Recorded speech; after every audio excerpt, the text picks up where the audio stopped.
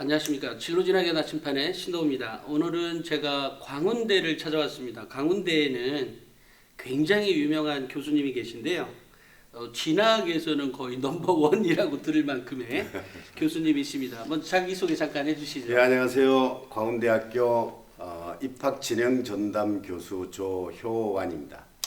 네, 그 조유환 교수님은 지금 서진협? 예, 서울진학교사협의회, 예. 그 다음에 전국진학교사협의회의 예. 일대 회장이었던 거죠. 예, 초대 회장이었습니다. 초대 회장, 예. 예, 초대 회장. 그래서 뭐 진학과 관련해서는 거의 뭐 달인에 가까운 지금 그 후배님들이 다 학교에 예, 지금 진학부장도 그만 더 두셨나? 예, 진학부장 그 다음에 이제 했던 친구들이 교장 교감하는 애들도 있고요. 친구들도 있고. 예, 그렇습니다. 아, 교감이 애들이군요. 아, 죄송합니다. 교장 교감하시는 선생님도 계시고. 아닙니다. 그래서 이제 그 광운대를 예전부터 몇 번 찾아보고 싶었지만 교수님도 워낙 바쁘시고 저 역시도 바쁩니다. 그러시죠. 예. 네네. 그래서 오늘은 이제 광운대의 입학 전형과 관련한 설명을 제가 교과, 종합, 논술, 정시 예. 이렇게 설명을 하면서 특히 이제 그 종합은 사실 전형의 설명만으로 좀 부족하지 않습니까? 아, 그렇습니다. 예. 그러니까 그런 좀 디테일한 얘기는 제가 예. 추가로 질문을 던지거나 아니면 제 질문에 좀 부족하거나 아니면 더한 부분에 대해서는 우리 교수님께서 예. 더 말씀해 주시는 걸로 네, 알겠습니다. 이렇게 하도록 예. 하겠습니다. 먼저 광운대는 네. 전체적으로 몇 명이나 뽑고 있는 거죠? 우리가 전체적으로 이 정원 내외 해가지고 네. 약간씩 다르긴 한데 네. 정원 내외 내로 하면 네. 1684명입니다. 그러면 서울시립대 정도 거의 예, 그 비슷하네요. 정도 비슷한 사이즈는 비슷합니다. 아, 네네. 예. 네. 그럼 수시는 예, 수시는 좀 더 523명인가 그렇습니다. 예. 그것은 종합이고 종합만. 그다음에 이제 교과 성적 우수자는 예, 교과 성적 우수자 전형은 좀 더 151명. 네네 그렇습니다. 예. 네네네. 논술이 더 많아요, 그죠? 논술이 많죠. 논술이 원래 많았었는데 이번에 조금 줄였습니다. 아, 그랬군요. 예, 206명으로 네. 줄였는데 네. 그게 이제 점차적으로 줄이는 추세가 있기 때문에 그렇게 안 할 수도 없고 또 그다음에 이제 내년 후내년이죠. 네네. 2023년 3학년도에는 우리가 그 40% 이상을 해야 되기 때문에 지금부터 조금씩 줄여 나갈 수밖에 없는 구조입니다.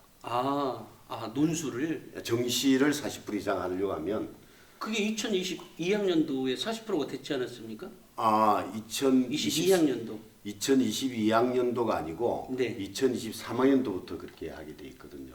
그래요. 예, 우리가 이제 올해 2021학년도 거 2022학년도 2022학년도래요. 네. 예, 잘 헷갈리시고. 2022학년도 숫자는 헷갈릴 수 있습니다. 2022학년도부터 맞습니다. 40%를 해야 되기 때문에 네. 점차적으로 줄여 나가는 그런 입장을 가질 네, 수밖에 네. 없습니다. 예. 정시는 가나 다군에서 다 모집을 하네요.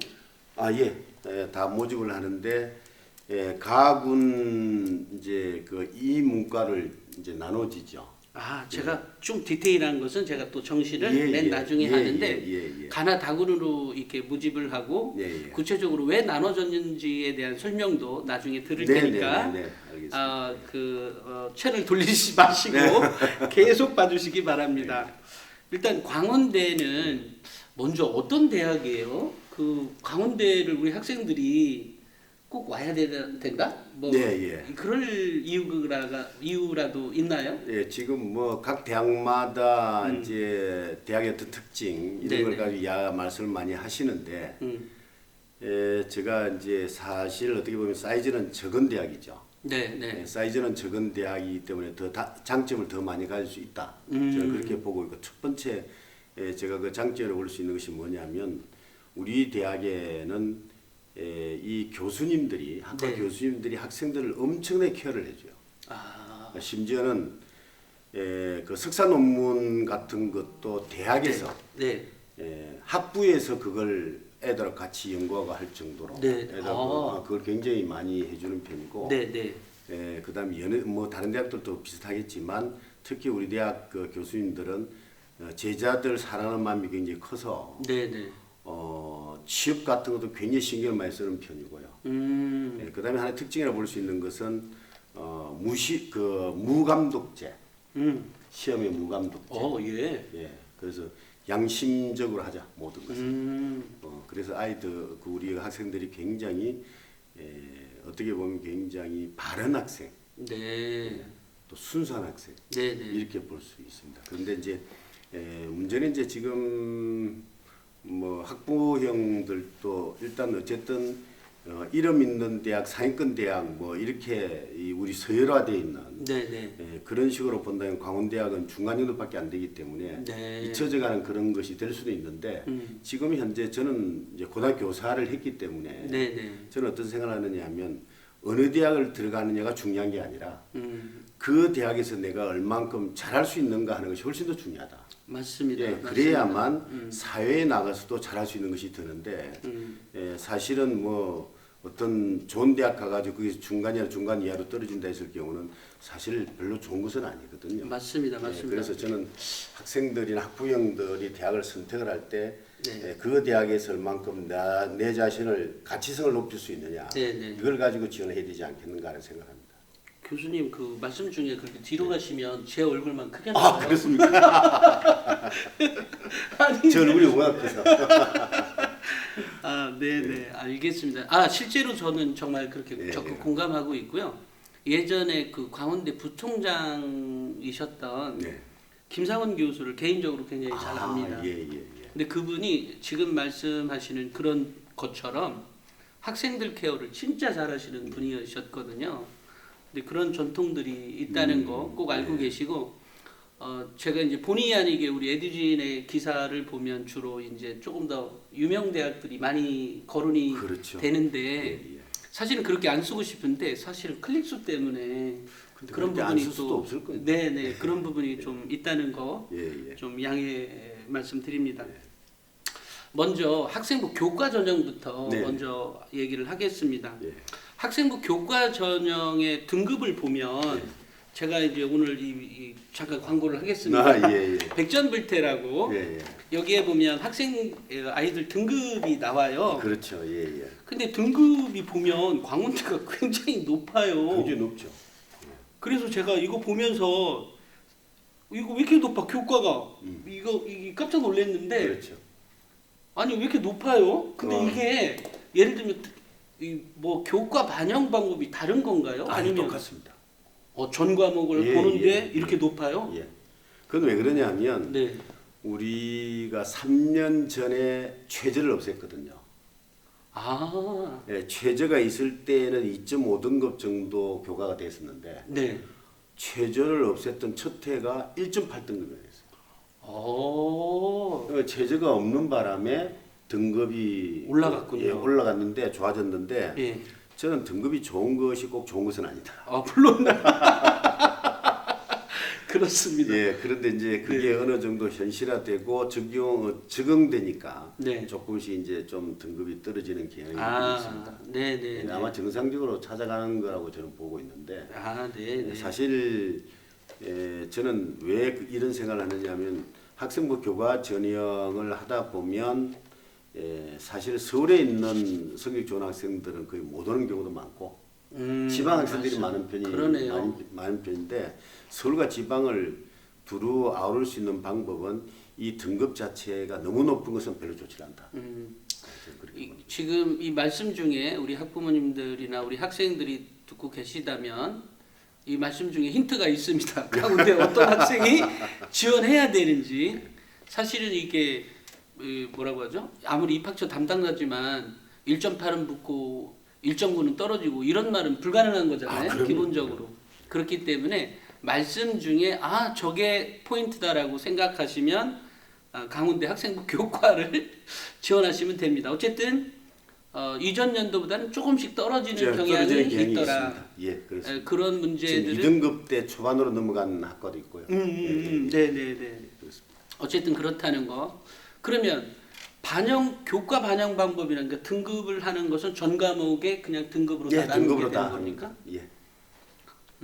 아주 간단하게 합니다. 아, 자, 그러면은 예. 뭐 그냥 일반적인 전체 등급은 예를 들어 과목을 달리 들은 아이들도 있을 거 아니에요? 아, 그럴 수 있죠. 예, 예. 그러면 유불리가 있을 수도 있지 않겠습니까?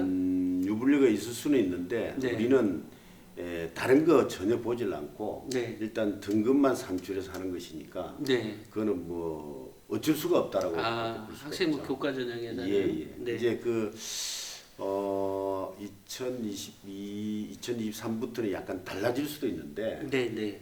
저는 지금 고민하고 있는 중입니다. 왜냐하면 네. 지금 교과 전형을 지금 예를 들면 네. 고대, 그다음에 동국대 이런 대학들은 뭐 특히 동국대를 뭐 여기서 이야기한 대로 좀 그렇긴 하지만 네. 그런 대학 같은 경우는 지금 5학기에 10과목, 네. 그다음에 성적 정량 평가를 60, 네, 네. 그다음에 정성 평가라고 하는 것은 우리가 흔히 지금 이제 2015 개정 교육 과정에서 나타나고 있는 진로 네. 과목들 네, 네. 이런 것은 정성 평가 뭐 이런 식으로 하는 경향이 나타나고 있거든요. 그래서 네, 네. 우리도 마찬가지로 전 과목을 다 해야 되느냐 아니면 국영수에서 상위 과목들을 가지고 해야 되느냐 고민을 하고 있는 편입니다. 아, 네네, 알겠습니다. 그러면 이 사실은 이제 등급을 뭐 과별로 일일이 뭐 몇 등급이라고 얘기할 수는 없고요. 네. 그것은 뭐 여기 입학처 홈페이지에도 있을 거예요, 그죠? 그렇습니다. 입학처 홈페이지에도 있고요. 그 다음에 백전불태에도 등급 컷이 공개되어 있습니다. 또 어떤 뉴스 제공하는 업체, 우리 에듀진에서도 아마 이게 기사화로 되어 있는 게 있을 겁니다. 그렇게 보시면 되는데, 그러면 학생부 교과를 지원하고 싶은 네. 학생과 학부모들에게 네. 그러면 좀 해줄 수 있는 말이라고 할까? 어떤 학생들은 우리 학교에 지원하면 좋겠다라든지 혹시 이런 게 있을까요? 학생부 교과 전형은 단지 성적만 가지고 하는 것이기 때문에 네네. 이런 학생은 지원하고 이런 학생 지원하지 말라고 이야기가 좀 어려운 일인데 네. 그 학교에서 프로그램이 돼 있어가지고 거기다 성적을 넣게 되면 몇 등 나오는 것이 있거든요. 네. 프로그램이 있기 때문에 네. 아, 그렇지. 예예 그 프로그램에 넣게 되면 예를 들면 이런 경우입니다. 딸랑딸랑하다라고 하는 것을 합격했다 볼 수 있는 것은 아니고 그 한 70도 한 70% 정도가 되게 되면 합격할 수 있다. 이렇게 보고 저는 대학에 있으면서 뭘 지금 학생이나 학부모한테 좀 권장을 하느냐면 입학처 홈페이지 아니면 입학처를 좀 활용해라. 맞아요. 예, 좀 맞아요. 뭐 전화 걸기도 하고 찾아오기 힘들면 전화 걸기도 하고 그다음에 시간이 나면 좀 더 많은 시간을 좀 내가 여쭤보고 싶다. 하면 학교 와서 하면은 친절하게 상담을 해주거든요. 의외로 학부모님들이 부담을 가져요. 입학처 찾아가는 거를. 아, 왜 그렇죠? 일단 가기가 싫은 거죠. 그러니까 우리가 흔히 이야기할 때 품을 팔면 된다라고 맞아요. 이야기를 많이 하지 않습니까? 공감. 예. 네네. 제가 그 고등학교 진학 부장을 할 때 정말 대학교 발바닥이 부러뜨릴 정도로 뛰어다녔거든요. 진학 실적이 좋았겠군요. 좋았죠. 예. 이럴 때 진학 실적이 좋은 것처럼 합격이 예. 더 가까워집니다. 네, 그렇습니다. 공감합니다. 예, 네네. 예. 그래서 좀 학교나 또는 내가 지원하는 학과에 대한 품을 좀 팔아야 된다. 맞습니다. 예. 그렇게 하면 아마 좋은 정보를 더 가질 수 있지 않겠는가. 네, 그건 네. 우리 대학뿐만이 아니라 다른 데도 다 마찬가지. 맞습니다. 실제로 학교 현장에 갔을 때 뭐 교장 선생님들을 주로 만나게 될 때 네네. 교장 선생님이 자기 학교 영업을 하는 교장 선생님들이 있잖아요. 그럼 진학 실적이 역시 좋습니다. 예, 그렇습니다. 그거하고 같은 효과입니다. 그러니까 우리 아이 광운대에 꼭 보내고 싶다라고 하면 입학처에 전화도 하시고 직접 찾아가 방문도 해보고 차도 한 잔 드리겠습니다. 알겠습니다. 예. 그러면 학생부 교과 전형은 그러면 이렇게 얘기하면 거의 학생부 교과 전형은 왜 충원율이 꽤 높죠. 아, 예, 그거 참 그 뼈아픈 말씀을 또 하시는데 저는 그냥 넘어갈까 싶었는데 그랬군요. 아마 지금 대학을 가고자 하는 학생들 특히 그 교과 전형을 생각하고 있는 학생들은 아마 많이 경험할 수도 있는데 대학은 교과 전형 자체를 안 하려고 하는 대학들이 많습니다. 그랬죠? 예. 네, 그게 네. 이제 왜 그러냐 하면 교과 전형이라는 성적 순에 따라서 위에서부터 착착 채워져 내려오는 것이기 때문에 네. 내려오면 내려올수록 이 최종 등록률이 굉장히 낮습니다. 아, 네, 그러면 네. 그만큼 정시로 이월이 된다는 부담을 가지게 되는 거거든요. 아, 네, 네. 그래서 네. 우리도 마찬가지로 약간 충원율이 한 60%? 그 정도 됩니다. 그러니까 60%뿐이 안 된다고요? 예, 그 정도밖에 안 됩니다. 60 그러면 63점 몇 프로인가 그 정도 되는데 200%뭐 이렇지 않고요? 충원율, 저 충원율이란다. 그 최초 등록률. 최초 합격자의 합격자의 등록률이 60%. 예, 60%. 네네. 그러니까 이제 학교에서 이제 부담을 많이 가질 수 있죠. 그렇죠. 네네. 그래서 이제 보통 보면 중상위권 대학들 보면 학생부 교과 전형이 거의 없잖아요. 네네. 이번에는 뭐 정부에서 하라고 하니까 다 만들었긴 하죠. 22학년도에는. 예, 22학년도 다 만들었지만 그 전에는 없는 대학들이 많죠. 만약에 있다고 하면 또 제재를 걸어놓고. 아, 그렇죠, 그런 그렇죠. 실정이죠.